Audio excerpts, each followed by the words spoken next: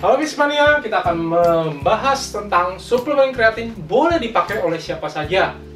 Apakah orang yang lagi cutting boleh pakai? Yuk kita lihat, kita bahas bersama-sama kapan sebenarnya kita boleh pakai kreatin sih. Ya, yuk Anda penasaran nggak? Kita lihat, kreatin alami itu zat organik non protein di dalam tubuh. Saya Joe Pohampu, yang bisa dipanggil nama JP atau Joe. Jadi kreatin itu dari bahasa Yunani yang berarti daging. Jadi karena kreatin diambil dari diekstraksi pertama kali itu dari daging, ya. Dan kreatin nongkrong di otot rangka sebanyak 95%. Jadi 95% dari kreatin ada di otot rangka, sisanya ada di otak dan di tempat lain. Jadi jangan samakan dengan kreatinin ya. Terus alasan kreatin ada di otot karena tiap detik otot kita perlu energi yang harus siap. Jadi kreatin akan mendaur ulang ADP, diubah balik menjadi ATP. Jadi ATP yang sudah dipakai sebagai energi, dia akan didaur ulang lagi kembali menjadi ATP kembali. Jadi artinya jeda rehat kita bisa lebih singkat dan tenaga bisa pulih lebih cepat. Jadi kreatin dalam latihan itu bisa membantu jumlah set lebih banyak dan bebannya bisa lebih berat. Sayangnya kreatin alami tubuh kurang mencukupi kebutuhan kita bila kita rutin dalam melakukan latihan beban. Jadi rata-rata total kreatin alami yang kita dapatkan baik dari makanan maupun dari produksi alami dalam tubuh itu sekitar 1-2 gram per hari. Dan sedangkan dalam latihan beban itu memakai rata-rata sekitar 2-4 gram kreatin per hari. Jadi produksi internalnya bisa dilihat dari sini 0,7-1 gram ini menggunakan dari asam amino dan dikonversi menjadi kreatin. Kemudian dari asupan daging-dagingan, daging hewani, 300 gram per hari bisa mendapatkan 1-1,3 gram kreatin. Oke. Lalu apakah suplemen kreatin itu dari sumber sama dengan yang dari alami? Alami itu dalam arti di daging. Suplemen kreatin itu dibuat dari reaksi kimia dua zat organik yang disebut dengan sarkosin dan cyanamid.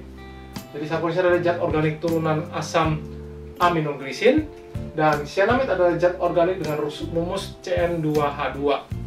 Jadi vegetarian bisa aman mengkonsumsi suplemen kreatin ini. Berarti kita perlu konsumsi suplemen kreatin meski lagi cutting. Jadi kreatin sangat efektif meningkatkan 5-15% performa di dalam latihan, baik dalam intensitas tinggi, baik di dalam latihan anaerobik, latihan beban, HIIT, lari sprint.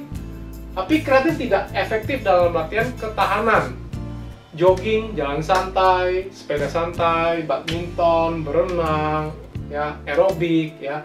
Jadi tergantung apa jenis latihan yang Anda lakukan saat lagi cutting. Ya. Bukannya kreatin bisa menghambat proses cutting, alias membuat tubuh menjadi basah. Kreatin mengikat air di otot, sehingga kita bisa mengangkat beban lebih berat.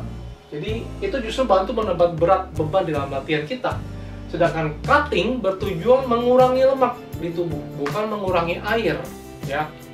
Kecuali Anda dalam persiapan mengikuti kompetisi, kontes tanding fitness ya atau binaraga, maka itu perlu membuang air untuk memperlihatkan definisi ketajaman otot kita.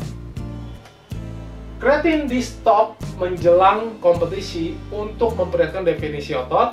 Setelah dihentikan, simpanan kreatin di dalam tubuh kembali ke level basal atau level dasar kita dalam waktu rentang waktu 4-6 minggu. Jadi pada saat kita anggap aja loading ya, fase loading kreatin itu kreatin yang di dalam tubuh akan kembali ke menjadi basal selama 4-6 minggu.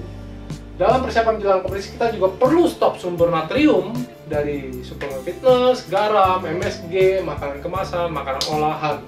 Jadi sekarang berikutnya, apakah Anda ingin tahu berapa dosis suplemen kreatin yang efektif? Silakan monggo berikan komentar di bawah.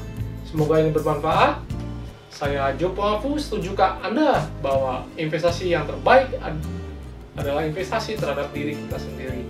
Karena kita yang menikmatinya, bukan orang lain. Kita tidak mungkin membayar orang melakukan squat, pull up, atau push up, tapi kita yang mendapatkan ototnya. Jadi, kita yang harus melakukan kepada diri kita sendiri. Memang kesehatan bukan segala-galanya, tapi tanpa kesehatan segala-galanya tidak berarti. Selain itu, kekuatan dan kesehatan mental kita ternyata dipengaruhi oleh kekuatan fisik tubuh. Jadi kita harus melakukan latihan fisik supaya kita bisa mengatasi segala masalah dan tantangan di dalam hidup kita. Saya Joko Fu bersama Binaraganet, kami mengajak Anda membangun generasi baru yang lebih cerdas, fit, dan tangguh.